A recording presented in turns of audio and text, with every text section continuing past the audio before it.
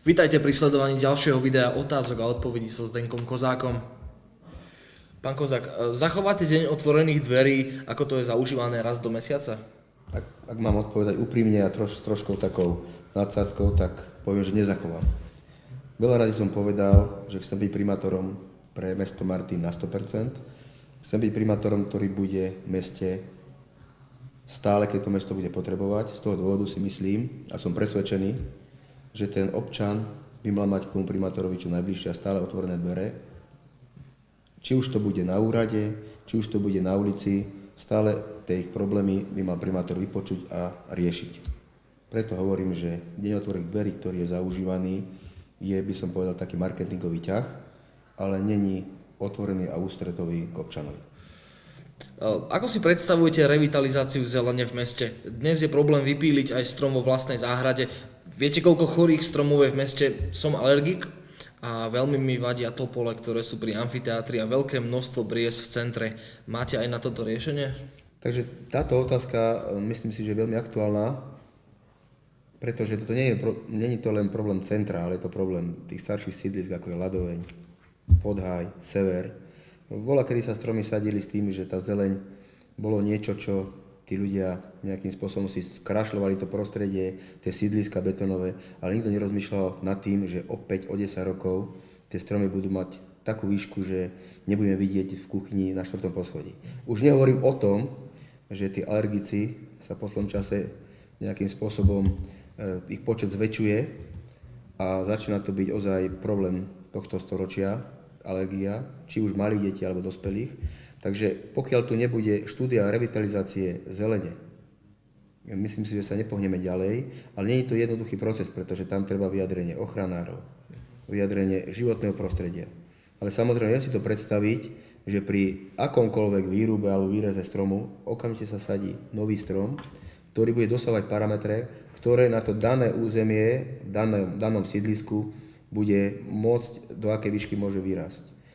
Nemôže to byť ako doteraz, že máme pri štvorposchodnom baráku 12-15 metrový strom. Zafúka silnejší vietor, rozbíja okna, čiže sú tam aj škody na majetku. Nie len, že trpia alergici, čiže zdravotné problémy, ale aj škodové udalosti tam. Takže toto je vec, ktorú treba bezodkladne riešiť. Viem, že s tým ľudia majú po sídliskách problémy, aj v centre mesta a momentálne to ide takým spôsobom, že kto sa viacej bude na meste doprosovať, kto bude mať pevnejšie pestia bucha na dvere, tak niečo si dokáže šťastie vyriešiť, ale nie je to riešenie koncepčné. Hovoríte o svojej pomoci pre charitu. Chcete v tom aj pokračovať ako primátor? Keď už má človek nejaké postavenie, tak veľmi rád na to zabúda. Myslíte si o sebe, že vám sa to nestane? Keby som bol trošku ješitný človek, tak sa môžem aj uraziť. Toto je vec, ktorá je vo vás. Vás to nemôže zmeniť, či budete primátor, alebo budete poslanec, alebo nebudete vôbec nič. Jednoducho s tým sa človek musí narodiť. Dobrák od kosti sa im hovorí, aj keď ja niekedy tak nevyzerám, ale robil som to predtým, než som kandidoval. Robím to teraz, keď kandidujem. Nevidím dôvod, prečo by som prestal. Tam sú už také väzby vytvorené, zvlášť u pána farára Masláka, v dome Dobrého pastiera. Ja si nemyslím, že jeden neúspech, príklad vo voľbách, môže takého športovca ako ja znechutiť natoľko, že by prestal spolupracovať s pánom Maslákom. A už nehovorím o tom, že nás spájajú aj iné spoločné veci, ako len charita. To isté je v Červenom kríži. Tam ja v podstate som si dal nejaký svoj životný cieľ, alebo mám nejaký cieľ ako športovec a veľmi dobre viete, že keď niekto má šport ako svoj životný štýl, nikdy sa nevzdá, kým to nedosiahne. Pretože ja som taký človek a nevidím problém, či mal by som niečo meniť, keď budem primátor alebo nebudem. Jednoducho je to vo mne a nemením nič na sebe meniť. Veľa ľudí povedalo, že som sa vôbec nezmenil za dobu, čo podnikám.